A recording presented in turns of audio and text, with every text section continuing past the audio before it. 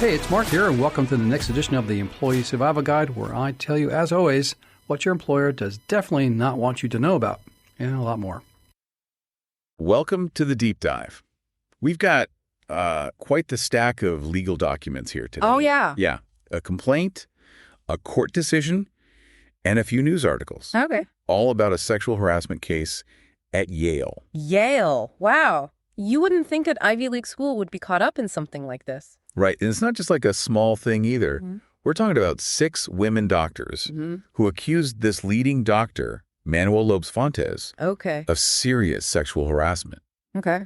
And they sued him, but also Yale University and Yale New Haven Hospital. Wow. Now, the case ended up settling out of court, but just the legal arguments themselves are fascinating. I bet. Plus, there's that whole human impact to think about how this affected everyone involved. You know what I find interesting? This whole case basically hinged on whether or not Title IX. Yeah. You know, the law we usually think of with college sports applies to medical residents. Okay, see, now that is where it gets really interesting because they're employees, but UT, they're also still in training. So it's kind of tricky. Yeah, it's like a gray area. And get this, while all these allegations were going on, Dr. Fontes was appointed vice chair for diversity, equity, and inclusion. Whoa. Talk about a head scratcher. It really makes you think about the disconnect between what an institution says they value and then how they actually act. Absolutely. Oh. So let's start with who these women are, the plaintiffs, and why this case is so important. We're talking about Doctors Heidi Bools, Mia Castro, Ashley Elterai, Jody Ann Oliver, Lori Ann Oliver, and Elizabeth Reinhardt. Okay. They all held various positions at Yale, some attending physicians, some residents or fellows. And it's worth noting that the Oliver sisters are Black, right? So that adds another layer to Oh, this. for sure. We're not just talking about gender here. It's the intersection of race and power, too. Yeah. All within academia. Absolutely. Now, these women didn't just throw around some vague accusations. Yeah. They gave very specific and disturbing details. Inappropriate touching, unwanted kissing, sexualized comments, you name it. Wow. They even claimed that Dr. Fontes retaliated against some of them professionally. So this wasn't just rumors going around. No, not at all. Yeah. The complaint lays out a pretty clear pattern to behavior that's hard to just dismiss. Like what kind of specifics are we talking about? Well, there's the allegation that Dr. Fontes forcibly kissed Dr. Bools at a cafe. Oh, wow. And another incident where he supposedly groped a resident at a graduation party. That's awful. One example that really got to me was Dr. Castro's claim that after she rejected Dr. Fontes' advances, he made her pick up a drop syringe cap instead of letting her help a patient. Wait, what? Yeah. We're talking about a critical medical situation where every second counts. It's unbelievable. It really highlights those power dynamics. Oh, absolutely. A resident trying to do her job in a high-pressure situation, and then she gets humiliated because she rejected her superior's advances. Exactly. And the complaint doesn't just focus on Dr. Fontes either. Really? It paints Yale as an institution that has a history of protecting powerful men. Oh, wow. So there's a pattern. It seems that way. They point to past examples like Dr. Michael Simons. He was found to have sexually harassed a researcher, but he got to keep his leadership positions. Oh, wow. Then there's Dr. Eugene Richmond.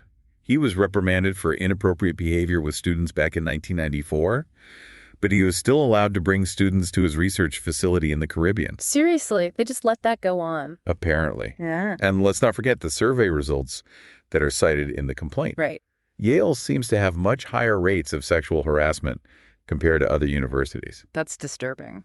It is. It makes you think maybe these elite schools care more about protecting their reputation than actually protecting the people who work and study there. Yeah, I see your point. So this Title IX issue becomes even more interesting. Oh, definitely. Because Yale New Haven Hospital actually tried to say that Title IX didn't even apply to them. Really? Yeah, because they claimed it's meant for educational programs, not for employment. Which is kind of convenient considering how closely tied the hospital is to the Yale Medical School. Totally. But the judge didn't buy it. Well, that's good. Yeah, the judge pointed out that residents are both employees and students. Right. Plus, the hospital's own policies said employees should report harassment through Yale. So that connection was pretty clear. Oh, yeah. So it wasn't just a win for the plaintiffs, it set a precedent. Oh, how so? Well, it showed how Title IX protection can reach into the workplace. Okay. Especially in places like teaching hospitals that are closely linked to universities. That's huge. Yeah. It seems like this case is just one small part of a much bigger issue. Oh, absolutely. The debate over whether Title IX covers employees at schools is still happening in courts across the country. So this is a really complex situation. It is. It's like trying to figure out this giant puzzle. Okay, so let's dig into those retaliation claims a little more. Good idea. Retaliation can be tough to prove, but it's a real fear for anyone who reports harassment. Absolutely. Dr. Elterai said she was banned from working in the ICU after reporting. Wow. And Dr. Castro claimed Dr. Fontes refused to support her application for a mission trip. Oh, man. Which could have messed up her fellowship. That's awful. It shows the risks victims face even if they do speak up. Right. It's so hard to prove intent, especially with subtle professional retaliation. It is. And then there's that whole irony of Dr. Fontes being appointed vice chair for diversity, equity, and inclusion while this was all happening. Yeah, I know. What do you make of that? Was Yale trying to cover things up? Or were they just clueless? It's tough to say. It could have been a PR move. Oh, you mean to look good? Right, try to show everyone they're committed to diversity, even though there's a scandal going on. I could see that, but it definitely backfired. Oh, yeah, for sure. It makes you wonder if maybe they were trying to sideline Dr. Fontes. Oh, you mean like giving him a title to keep him busy with paperwork instead of patients? Yeah, exactly. While the investigation was happening... That's an interesting take. It just shows how complicated things can get. Right. Nothing's ever black and white in these situations. Absolutely. There are so many layers to it all. Personal agendas, institutional politics. It's a lot to untangle. So in the end, the case settled, but we don't know the terms because it's confidential. Right. We don't know if there was any financial compensation or anything. But what we do know is that 3 of the plaintiffs ended up leaving Yale. Wow. That speaks volumes. Even with a settlement, their lives and careers were obviously affected. It really makes you think about what justice looks like in these cases. It does. So where did everyone end up after the settlement? Well, Dr. Fontes' medical license is currently pending reinstatement. Okay. Dr. Elterai left Yale in 2022, and she's now an assistant professor at UConn School of Medicine. Got it. Dr. Reinhardt is teaching at the C.S. Mott Children's Hospital at the University of Michigan. So they both moved on. They did. It's almost like their paths diverged after this shared experience. Yeah, some chose to start fresh somewhere else, and others stayed at Yale hoping to see things change from the inside. That's a good point. Yeah. And for those who stayed at Yale, Dr. Heidi Bulls is still an assistant professor of anesthesiology. And Dr. Jody Ann Oliver and Dr. Lori Ann Oliver are still working there as anesthesiologists as well. So 3 out of the 6 stayed. That's right. It's interesting to think about why they stayed. Right. What would make them want to stay after everything that happened? Yeah, maybe they saw some positive changes because of their lawsuit. Maybe. Or maybe they felt a sense of duty to stay and push for change from within. I could see that. Or maybe it was just practical. You know, they'd built their careers at Yale. Yeah. Leaving would mean losing years of work and connections. Probably a bit of everything. Yeah, it's a tough call, but their choice to stay does suggest a glimmer of hope. That things can get better. Exactly. Yeah. That even after going through something so awful, people can choose to stay and fight for what they believe in. You know, before we move on, I wanted to mention something we talked about earlier. Oh, yeah. About Dr. Fontes being appointed vice chair for diversity, equity, and inclusion while all of this was going on. Right. It was such a strange decision. How could they put someone accused of this kind of harassment in a position that's supposed to be about inclusivity and safety? It did seem like a major PR blunder. It was. It makes you question how serious Yale was about these allegations. Were they trying to sweep it all under the rug? Or was there something else going on? Earlier, you were saying maybe they were trying to sideline Dr. Fontes. Yeah. Maybe give him more paperwork to do and less patient contact while they investigated. That's a possibility. Mm-hmm. But even if that's true, it still looks really bad. Oh, for sure. It just shows how institutions, even prestigious ones, can prioritize their own interests over the well-being of their people. This case has definitely revealed some interesting legal wrinkles, especially with how Title IX applies. Oh, yeah. Usually we think of Title IX in terms of college sports. Right, making sure things are fair for men and women. But this case kind of pushed the boundaries of that. Totally. Remember how Yale New Haven Hospital said Title IX didn't apply to them? Yeah, they said it's for educational programs, not for employment. Right. But the judge disagreed. Yeah, the judge said that the residency program is closely tied to the medical school. So it was more than just an employment situation. Exactly. The judge pointed out that residents are both employees, A&D students. Makes sense. And the hospital's own policies said to report harassment through Yale. So that connection was pretty clear. Oh, yeah. So this ruling was a win for the plaintiffs because it showed that Title IX can protect people in the workplace, too. at least in places like teaching hospitals that are linked to universities. Right. But this whole debate about whether Title IX covers employees at educational institutions is still ongoing. Wow. So it's a really evolving area of the law. It is. This case is just one small piece of a much bigger conversation about how to prevent and address harassment. Okay, so we've talked about the accusations, the legal battle, the whole culture at Yale. Right. But we can't forget about the lasting impact on the plaintiffs and their careers. You're so right. It's easy to get caught up in the legal stuff and forget that there are real people whose lives were affected. Absolutely. 3 of them chose to leave Yale, and 3 decided to stay. Yeah, that's a pretty stark difference. What do you think it says about their experiences? I think it shows how different people cope with trauma and how they view the institution itself. That's a good point. Maybe those who left felt like they needed a clean break. Yeah, like leaving was the only way to truly move on. Maybe they just didn't trust Yale to change. And those who stayed, maybe they felt like they could be part of making things better. Right, or maybe they had strong ties to Yale and leaving felt impossible. It's probably a mix of all those things. It's a complex decision with no easy answers. So we've covered a lot, but this is just the tip of the iceberg. We've still got a lot to unpack. We do. And as we continue our deep dive, I hope we can go beyond just what happened. Yeah. And really explore the deeper questions, the big picture stuff that makes this case so important. I'm with you. Let's take a closer look at some of the specific allegations against Dr. Fontes. Okay. What were some of the common themes that stood out to you? Honestly, one of the first things I noticed was the variety of places where the alleged harassment happened. It wasn't just at the hospital or on campus. You're right. We're talking about professional dinners, conferences, even a cafe meeting. Yeah, it really shows how this behavior can creep into all sorts of situations that seem harmless at first.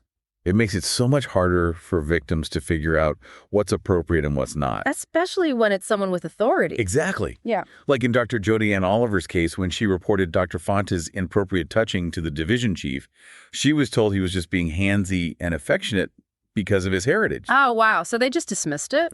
Basically. Right. They brushed it off as cultural differences. That's so minimizing. It basically tells the victim that their feelings don't matter. Exactly. And it protects the perpetrator. And it perpetuates that culture where harassment is just accepted. Right. It makes you wonder if the division chief really believed that, or if they were just trying to avoid dealing with the problem. It's a good question. And it points to how even subtle forms of complicity can create a really harmful environment. Let's take a quick break.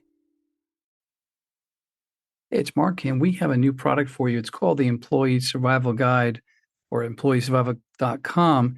And it's a site that you can obtain PDF products that I've created myself. I was spending too many hours, way too many, researching and writing about, if, for example, the performance improvement plan or beating them. And the second one about negotiating severance negotiation agreements, two of the most important topics that we see in terms of the web traffic and podcast traffic we have. So check out employeesurvival.com and see if this can try to help you, and you don't need an attorney to use it. Thank you.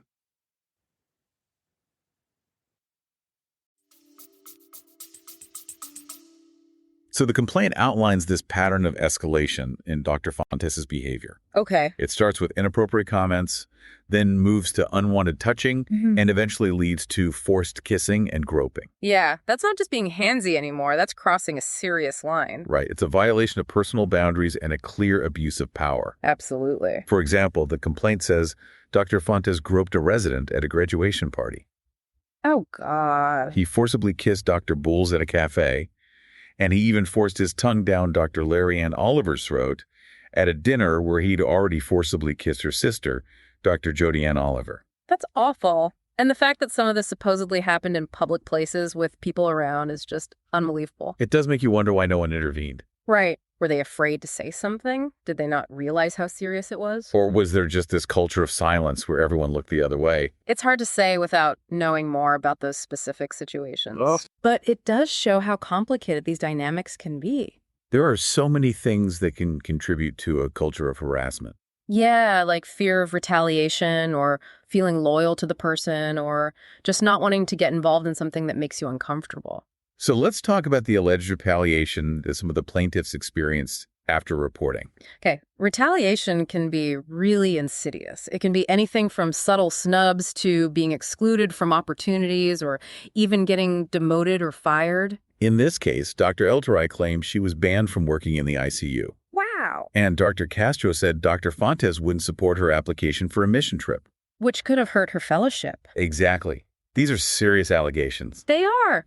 Imagine being a resident already in such a vulnerable position and then facing consequences like that for speaking up.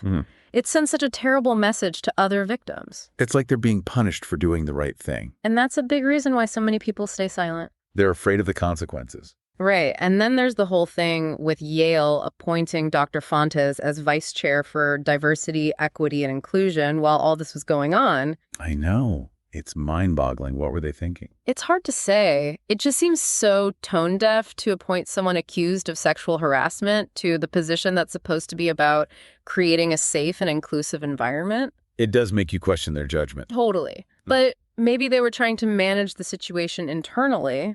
You mean like give him a different role to minimize the damage? Right. Maybe they thought they could control the situation better if he was in a more administrative role. That's an interesting theory. But it definitely didn't look good from the outside. Oh, no, not at all. It just adds to the whole perception that they were more concerned with protecting their reputation than addressing the problem. This case has also brought up some really interesting legal points about how Title IX is applied. Yeah, we usually think of Title IX in terms of college sports and making sure men and women have equal opportunities. Right. But this case really pushed the boundaries of that. Remember, Yale New Haven Hospital tried to argue that they weren't subject to Title IX. Because it's meant for educational programs, not employment. Yeah, they were basically saying that medical residents are primarily employees, not students. Which is a clever argument, considering they're kind of both. Totally. But the judge didn't buy it. Well, that's good. Yeah. The judge emphasized how closely connected the residency program is to the medical school. So it was more than just a simple employment situation. Right. It was about the educational aspect, too. The judge even pointed out that the hospital's own policies said to report harassment through Yale. So the lines were blurred. For sure. And that's what makes this ruling so significant. It expands the reach of Title IX protections into the workplace, at least in settings that are closely tied to educational institutions. That's a big deal. It feels like we're witnessing a shift in how these laws are being interpreted. We are. It's all about adapting to these changing workplace dynamics. Okay, so to wrap up this part of our deep dive, what are your main takeaways so far? What stands out to you? Honestly, what gets me is how much courage it took for these plaintiffs to come forward. They knew they were risking their careers, their reputations, everything. It's true. They were going up against a powerful institution and a powerful man. Exactly. And that's why this case is so important. It shows that even in the face of immense pressure, people can still choose to speak truth to power. And it highlights how crucial it is to support survivors of harassment. We need to create a culture where people feel safe coming forward, knowing they'll be believed and supported. Absolutely. We need to move beyond just acknowledging the problem and start actively working towards solutions. That means holding institutions accountable for creating a safe and equitable environment. Exactly. And that includes having clear policies against harassment, investigating complaints thoroughly, and taking real action against those who are responsible. This first part of our deep dive has been a real eye-opener. It has. We've seen how power dynamics can be abused even in institutions that are supposed to be dedicated to knowledge and progress. It's a reminder that harassment can happen anywhere, and that it takes all of us to create a culture of respect and accountability. Couldn't agree more. Picking up where we left off last time, let's think about what happened after the settlement. Okay.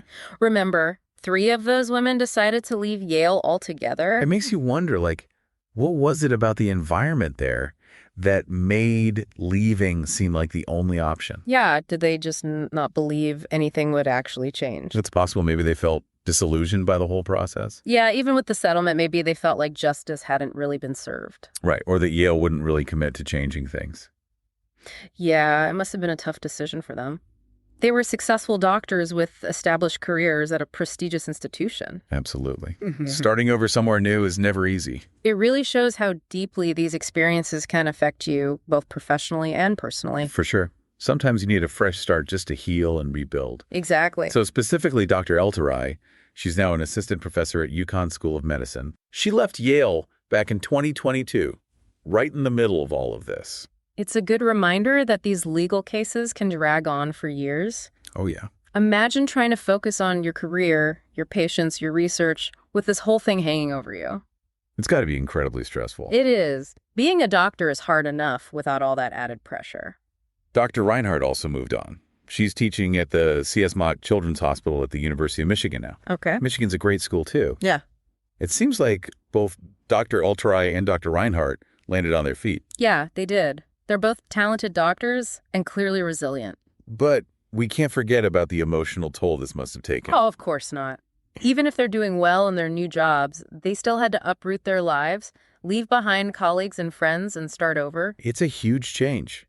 So what about the plaintiffs who stayed at Yale? What was their experience like? Yeah, did they see any real changes after the settlement? That's the big question, isn't it? Right. It's hard to know what happened behind the scenes. We do know that Dr. Heidi Bools is still an assistant professor of anesthesiology there. Okay. And Dr. Jodianne Oliver and Dr. Lorianne Oliver, they're also still working as anesthesiologists at Yale. So 3 out of the 6 original plaintiffs are still there? Yeah, it's interesting to think about. It is. What do you think it means? Maybe they saw some positive changes happen at Yale because of the lawsuit. That's possible. Or maybe they just felt like they had a responsibility to stay and advocate for change from within. Yeah, maybe they felt like leaving wouldn't solve anything. Could also be a practical thing, you know? They'd built their careers at Yale. Right. Leaving would mean giving up a lot. It's probably a mix of all those factors. Probably. But choosing to stay suggests a certain amount of hope, you know? Like they believed things could get better. You know, I keep thinking about that whole thing with Dr. Fontes being appointed vice chair for diversity, equity, and inclusion while these allegations were still pending. Oh, yeah, that was bizarre.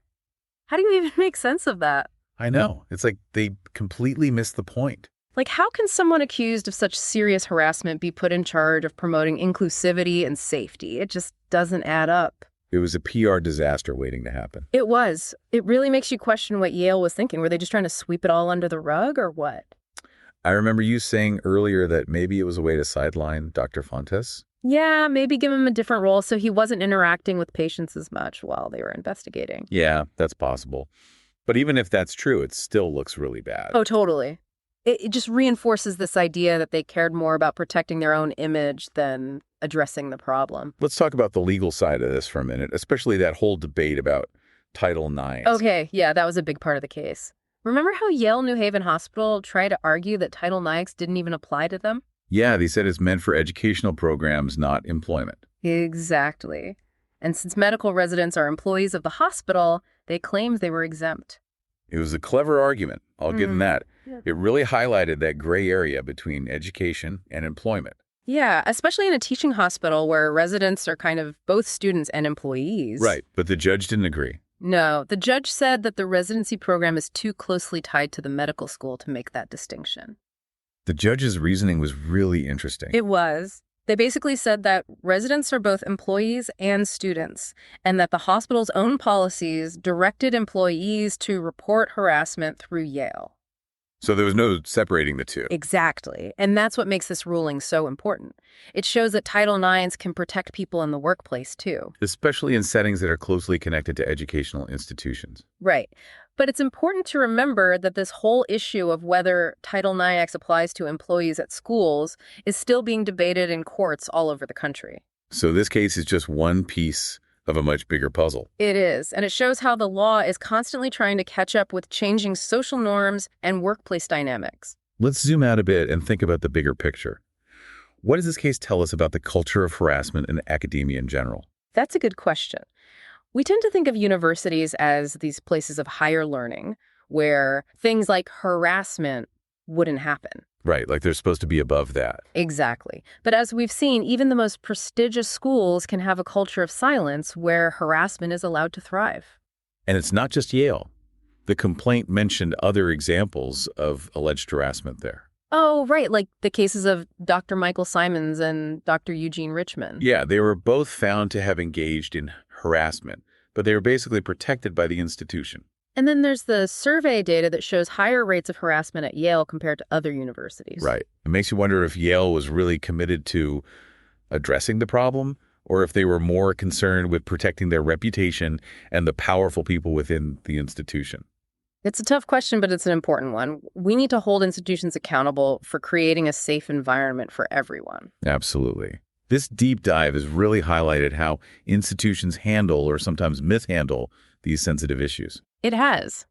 So before we move on, what are some of the key takeaways you'd like to emphasize? I think one of the biggest lessons here is the importance of speaking up. If you see something wrong, you have to say something. Oh, absolutely. It's not always easy, especially if you're worried about retaliation or causing trouble.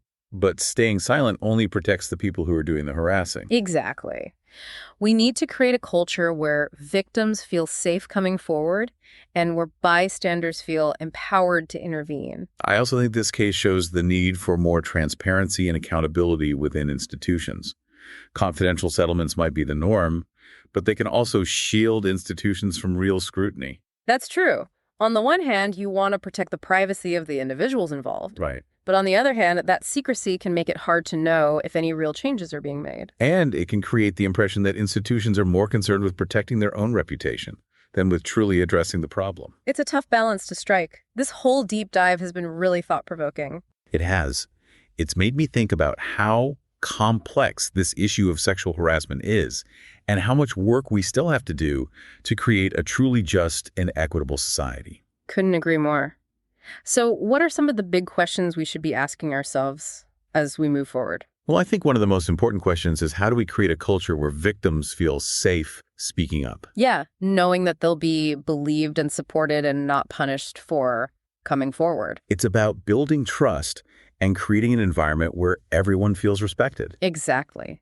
And it's about holding institutions accountable, making sure they have clear policies against harassment and that they actually enforce them. And providing resources and support for victims. Absolutely. We need to move beyond just talking about the problem and actually start implementing real solutions.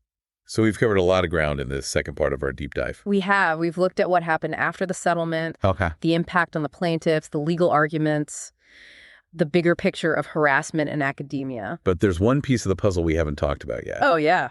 What's that? What about Dr. Fontes? What happened to him? You're right. We've talked about the women who came forward, but what about the man who was accused? Is he back practicing medicine? Did he face any consequences beyond the lawsuit? These are important questions. We need to know what happened to him to fully understand the scope of this case. So let's shift our focus to Dr. Fontes in the final part of our deep dive. Okay, I'm ready to find out what happened to him. Join us for the final part as we wrap up this complex case and explore what it all means for the fight against sexual harassment. Okay, so we've talked about the plaintiffs, the allegations against Dr. Fontes, the legal battles, and the culture at Yale, BUT.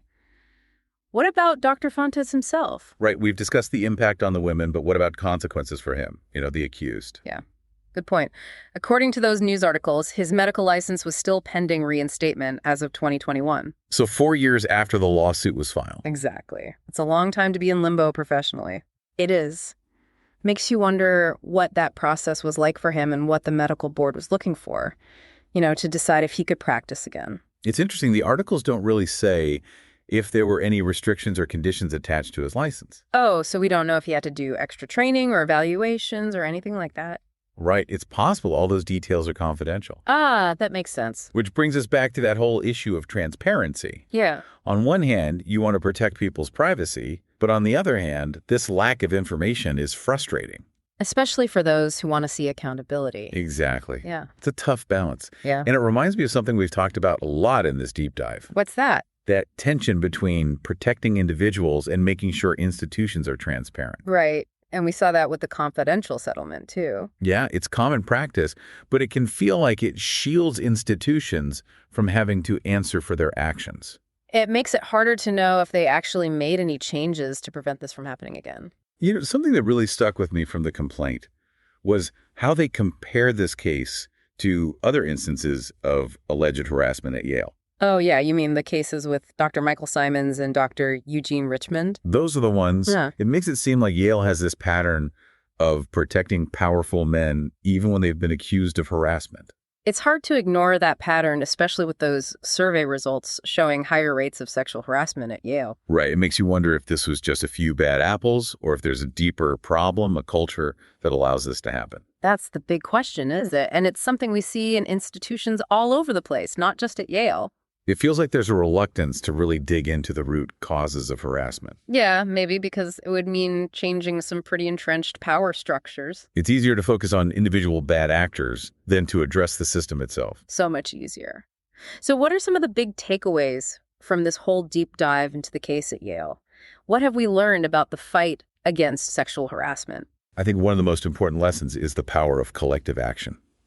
These plaintiffs might not have accomplished as much if they hadn't come together. Right. There's strength in numbers. Absolutely. And it sends a message that this behavior won't be tolerated. And it also highlights how important it is to support survivors. These women face so much pressure for coming forward. They were incredibly brave. They were. They needed a lot of support to get through all of that. And that support can come from so many places: colleagues, friends, family advocacy groups, lawyers. It takes a village. You're so right.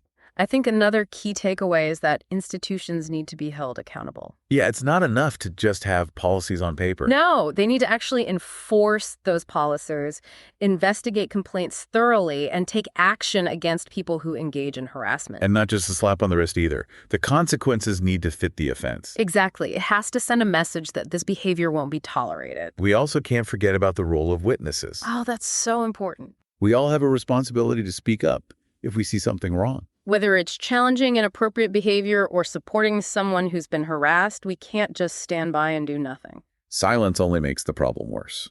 Wow, this deep dive has been quite a journey. It has. We started with these legal documents and ended up exploring power dynamics, institutional culture, and the really personal stories at the heart of this case. It's been eye-opening for sure. It's clear that even prestigious institutions can be part of the problem. And that seeking justice can be a long and complicated process. It is. But we've also seen the courage of the women who came forward and the impact they had on Yale and hopefully on the wider conversation about harassment. I hope this deep dive has encouraged everyone listening to think critically about these issues and to consider how they can help create a more just and equitable world. Me too. Whether it's speaking up, supporting survivors, or advocating for change, we all have a role to play. Thanks for joining us on this deep dive. Until next time, keep asking questions, keep learning, and keep pushing for a better world. If you like the Employee Survival Guide, I'd really encourage you to leave a review. We try really hard to produce information to you that's informative, that's timely, that you can actually use and solve problems on your own and at your employment.